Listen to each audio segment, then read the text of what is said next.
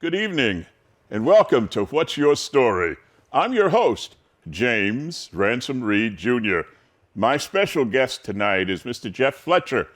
Mr. Fletcher is the founder and CEO of the Ruby and Calvin Fletcher African American History Museum. The first two episodes gave you an insight into who he was, how he came to be, and the fabulous human being I think he is. This next episode, we're going to talk about his role as a law enforcement officer. How did that happen? How did that leave him? What impressions were left on him by being a law enforcement officer? In the final episode, we're going to talk about his museum and a very special piece of historical artifact that he came into possession of. You don't want to miss that. Jeff, welcome, buddy. Welcome, James. All right, now, let's get right to it. All right. You served as a police officer on what police force? The city of New Haven. City of New Haven. And I was there for 22 years. Wow. And I served in the capacity of a patrolman, a 90-day detective in the robbery burglary unit, school resource officer. I was on the mounted horse patrol. So You have to learn how to ride horses? Well, coming from Colchester, we didn't have to learn that much. There we go. Right? Okay. The only thing was, we had to use a saddle. Okay, yes. Yeah, there we go. There we go.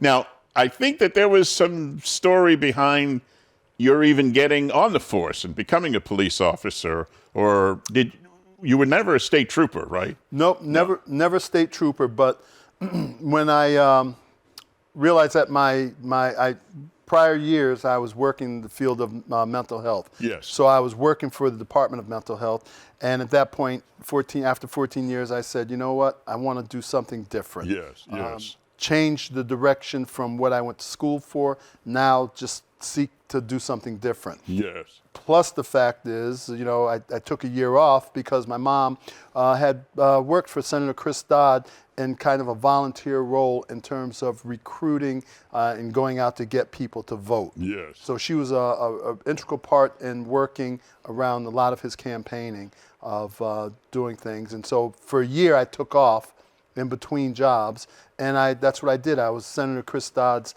eyes and ears in the city of New Haven as one of his legislative aides for New Haven, and did that for one of his campaigns.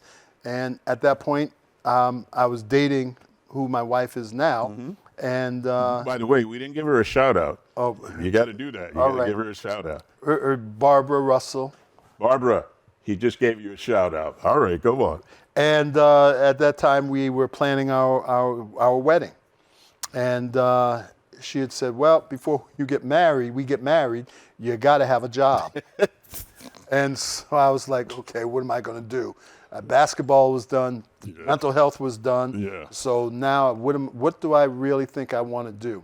And it wasn't until that time I said, you know what, maybe law enforcement, because I knew folks that were in the field of law enforcement, whether it be Connecticut State Police, New Haven Police, or even a government law enforcement job. Yep. So the first thing I looked at was the Connecticut State Police.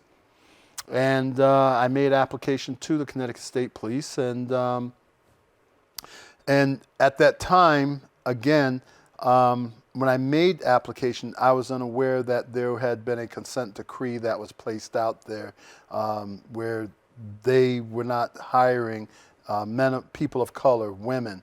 And there was they being the Connecticut State Police Department of Administrative Services. Okay, all right. And when I was making an application, I learned that I got rejected.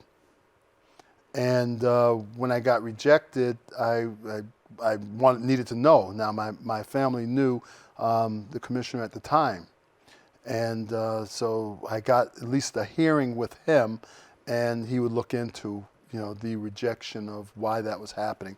On top of, there was an organization called the Men and Women of Justice within the state police who were state troopers, black and Hispanic and female.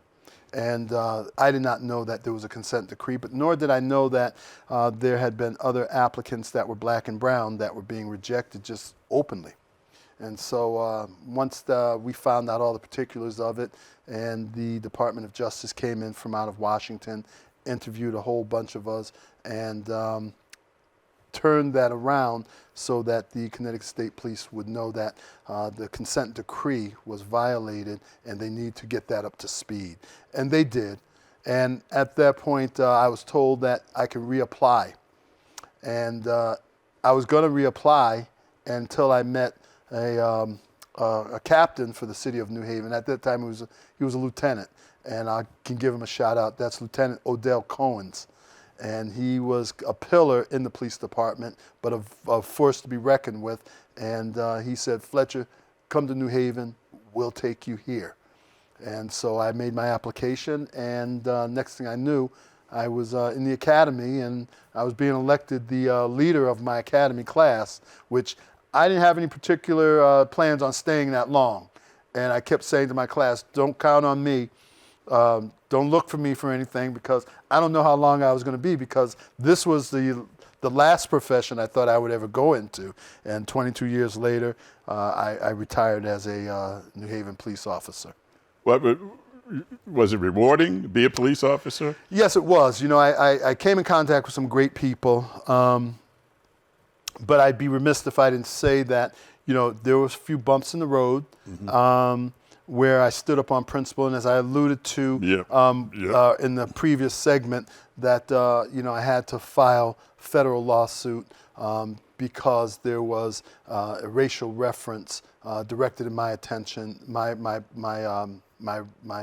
face about my color, and I prevailed in that, and it was on principle. But the thing folks don't realize is that when we talk about that color of blue in all of us, it did not occur. It wasn't like I thought it would, folks would rally behind me. When you make a complaint like I made the complaint, people run the other way. You're ostracized. Exactly. Yes. And I did that on principle, because I didn't do it to get rich. I did it because it was principle. Matter of fact, I ended up paying more for the attorney out of pocket than what the suit I won, in terms of compensatory damages. Mm-hmm, mm-hmm. So it was on principle, and that again comes back from my foundation of who raised me. Started back as a little boy. That's right. Yeah. And so so that the job, as we call it, is a good job, and just like society, the police department is a microcosm of its community. And just like in the community, there are bad eggs in the community as well as on these police departments. Mm-hmm. Do you think you made a positive? You left a positive impression on the people you served? Yeah, I mean, to this day, even as they come to the museum, there are folks that are still alive that come to the museum or will see me on the streets of Greater New Haven, and they will actually come up and say, "I know you. You're Fletcher." And I'll say, "Yeah, yes, I am." And they'll say, "I remember when you worked up in our district. I remember the things that you did." And I always try to, and I was taught this in the academy as well. And I had some good instructors at the New Haven Police Academy. You treat people as if how you want to be treated, and respect, right? It's so simple, isn't it? It is. It's not that hard. I never feared for my life. I mean, there were days, there were nights I had some fear, but again, that goes along with the job, yes, right? Yes. But I think I made a pretty good impact on the community, because people have come up to me and said, back in the day, you were really cool, you were really nice, you treated us right, and I did. I mean I just respected people. That's what the job is community policing. And I was at the forefront of when the community policing initiative took place. Would you do it again? I get that, Jim. You're asking a lot of questions here that are tough ones. Listen. Yeah. I think the time that we live in, it's just like when folks ask me if I had to do over to play basketball, what would I do different? I probably wouldn't do anything different, right? Yeah. Except gain a little bit more weight, right? Back then. But for law enforcement, I think I would have to scrutinize every little thing that I did and how I had to say it, but it wouldn't be a chore for me to do that. The body camera was just an extra part of the uniform that keep those people who are fearful of their own behavior from themselves, right? I don't think, as I was leaving the department, the body cam came in existence and everybody was upset about it. So I wasn't upset about the body cam because you just treat people like you want to be treated and everything else falls into line. But would I do it again? I probably would. You probably would. I probably would. What was the people who were afraid or upset at the advent of the body camera? What was their central argument? Why? And here's why I asked that. It would seem to me that you want to protect yourself, from frivolous complaints and all that sort of stuff. And if you've got a body cam, it shows what you said, did, and did not do. So that's a valuable piece of evidence that protects you. Why wouldn't people want to do that? Because it holds them accountable, right? Accountability is huge. Okay. And that was one of the things that, again, going back to the other segment, when I did not walk across the stage for my college graduation, my mom and dad held me accountable, not the University of New Haven. Right. They wanted the university to say, look, we understand he was young, he did this, he didn't take this serious. He was a knucklehead. Exactly. Yeah. I wouldn't call me a knucklehead. But yes, it was. Yeah. And so we see your passion, your feelings of how this is important to you, but it will be important to him in the long run. So we're going to help accommodate to move that process so that he can achieve what it is that he's supposed to do and what you want him, where you want him to be.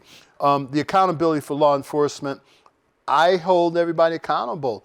And I think the camera holds everybody accountable to make sure that there's a checks and balances. But the camera, those who fear the camera are those who have been practicing a different form of law enforcement since day one when they graduated. Which is not put their necessarily hands up. community friendly. That's right. Yes. And they bring some of their own insecurities. Right. And their biases right to the job with them. Correct. Exactly. And so that's why they fear the camera, because their old habits may surface and they will be caught on the camera and therefore liability and possibly subject to losing your position or your job. I've never understood why you couldn't understand that if you don't police yourself, you're going to force other people to police you. So I would get out in front of anything that would protect my troops in the field, first of all, and give us that sense that, yes, we know there's inequity in the world and in society. We know that. And here's why we're trying to correct it. When an officer is out there, it's 2 o'clock in the morning, yada, yada. What happened is right here on this camera. Mm-hmm. So you could say that happened, or you could say that, but here it is. Why on earth wouldn't you? But I hear you, it's accountability. Yeah, makes sense. Yeah, and again, like I said, it holds people accountable, but it also protects the officer. Absolutely. And it protects the citizen or the complainant. Absolutely. And the only time I got to use that camera in full effect was, and I'd be remiss if I didn't say this, after retirement, before the museum project, I was hired as a police officer at the Foxwoods Casino. Okay. Uniformed police officer, because I was sworn in and all of those other good things, and we had to use a body cam. And a lot of times coming in contact with various folks that come in from all over the country, the world, that come there to take in the facility, the drinking, the gambling, and so forth. You had to be on alert. Very scary, not because I had to test what I would do or who I was, but for those folks that don't understand why there needs to be a police officer there and why when they act out, you have to go to the next level. Be held accountable. Exactly. For acting out. Right. Absolutely. And so a lot of times when I worked there for the 8 months that I did, that body camera was able to show my actions, Absolutely. how I handled Protected you. certain Absolutely. situations. Absolutely. Yeah. Now, were you a police officer? Did you do any undercover work? Because where I'm going with this is the last segment. We're going to talk about the museum, but you have a particular artifact that you went. Were you a police officer when you went undercover and got that artifact? Yes, so I was part of what they call the Gangs and Guns Task Force. It was called Rocky, which was a Recover Our Cities and Our Children and Youth organization. Okay. And that was a joint combination, and I know I won't get in trouble now, but that was a joint task force made up of the Connecticut State Police and municipal police departments around the state. Okay. And they took 2 members from various police departments, especially our urban communities where there was a large insurgence of gun violence and gang violence. And we operated out on an off-site. And we also were able to go throughout the state of Connecticut wherever there were issues of guns and gangs. That's where we set up our operation. But when I belonged to this organization or this task force, we're able to see various elements of society in terms of vigilantes, drug dealers, gang members, people who are involved in hate groups and things of that nature. And so what I did was I took the liberty of using the system to weed out, so to speak, a vigilante or a person who belonged to a hate group, which was basically the Ku Klux Klan. And when I went online and put that I needed information and I needed a hood and a robe, somebody hit on it. And he happened to be a white minister from Boone, North Carolina, 83 years old, who was a long-standing Ku Klux Klan member. And so what I did was I befriended him for 6 months online. And he had no idea of your identity. No, because he couldn't see the URL because those things are encrypted. All right. Okay. If you were to look, but trust me when I tell you, these weren't rocket science. Right. They weren't rocket science.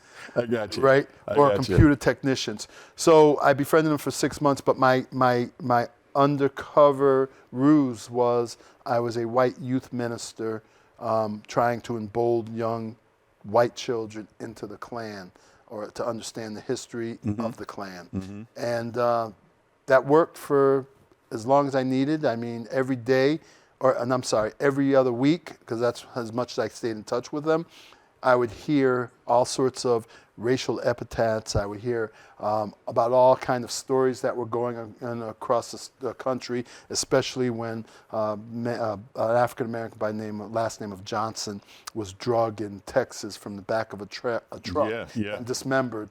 How he was gleefully commenting on it, how it was another N-word that's no longer on the streets of this country, and a dead N-word is a good dead N-word, right?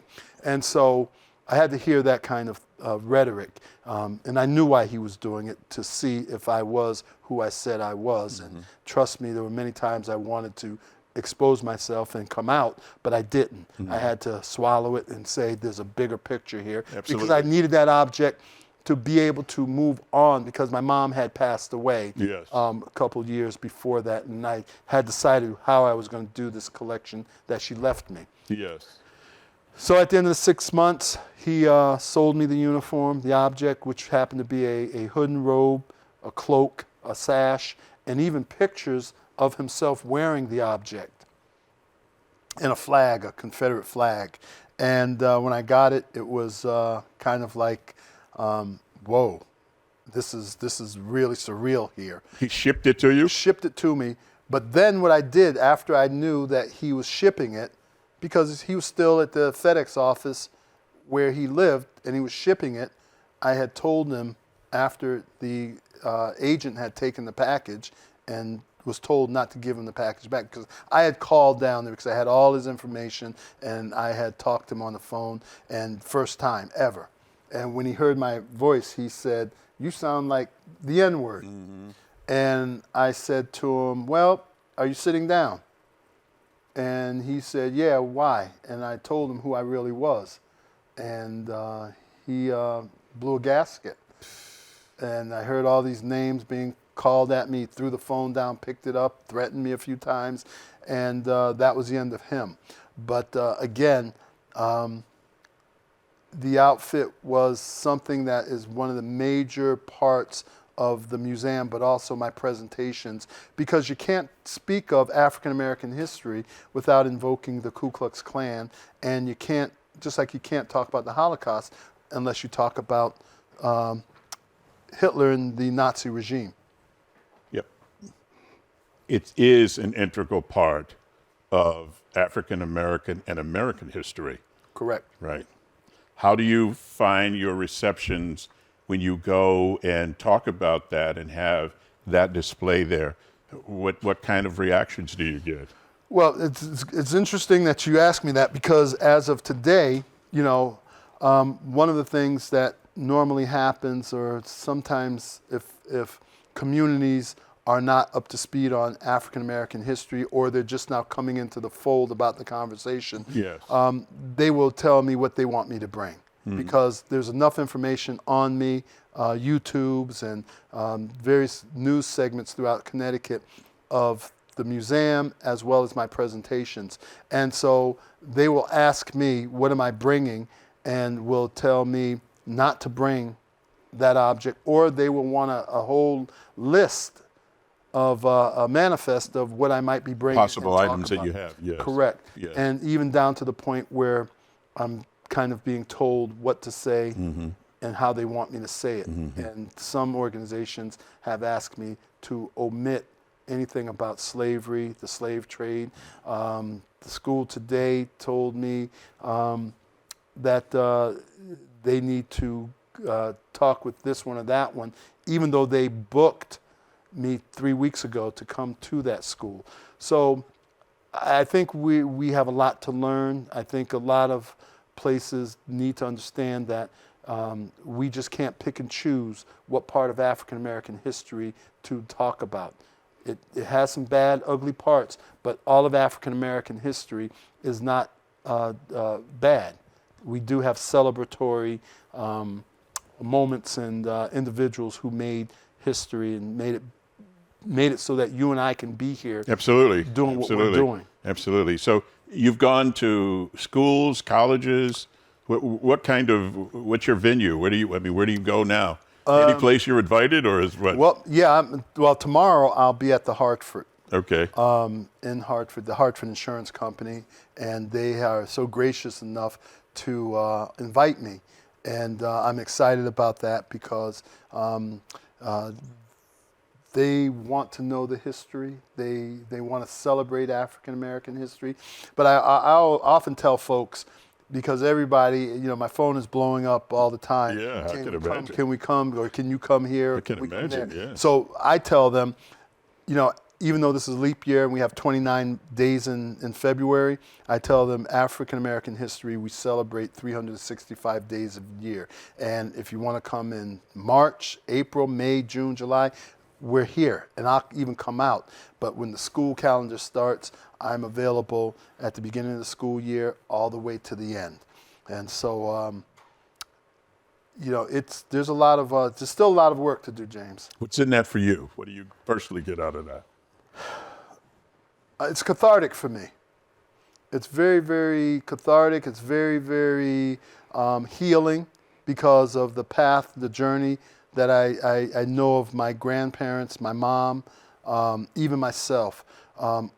It's worth it, you know, to drive to one end of the state or to drive out of state and early morning and tired as all heck, and setting up and putting things together and then being able to turn on the light and go out there as you do when you do this program. Yes. You know, you turn the light on. Once the lights and cameras go on, you're on. Yep. Right. And when it's done, you come down. That adrenaline drops. Absolutely. So it's exciting for me, but it's in the same terms, it's letting me know that I'm making a difference. Okay.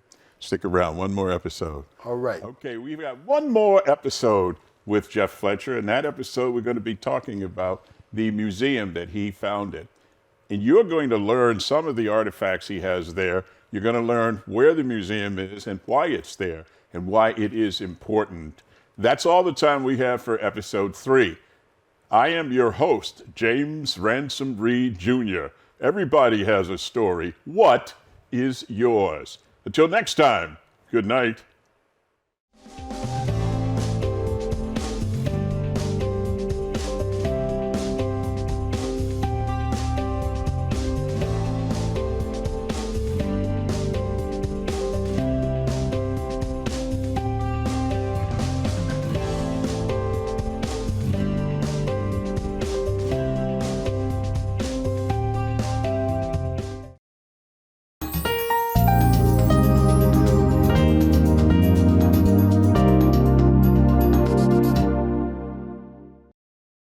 Nick Augustino right here at the East Side Restaurant.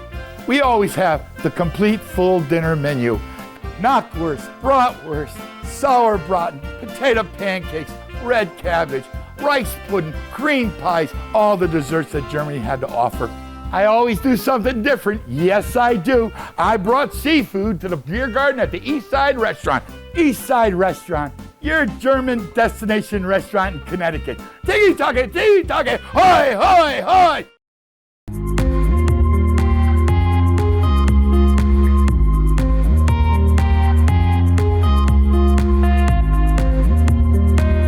I'm your host, Kurt Barwis. Today, I have a very special guest, Dr. Andrew Lin. Hello, and welcome to another episode of the Veterans Corner. My name's Chuck Wooden. Decision for ourselves for this week, if we want to be made well. Hi, welcome to the Crack of Dawn. It's Dawn Lombardi. I'm starting the painting. It's going to be the clips with some water. Love it. He took me on the sets of Lost in Space, Batman. Everybody has a story. What's yours? Until next time,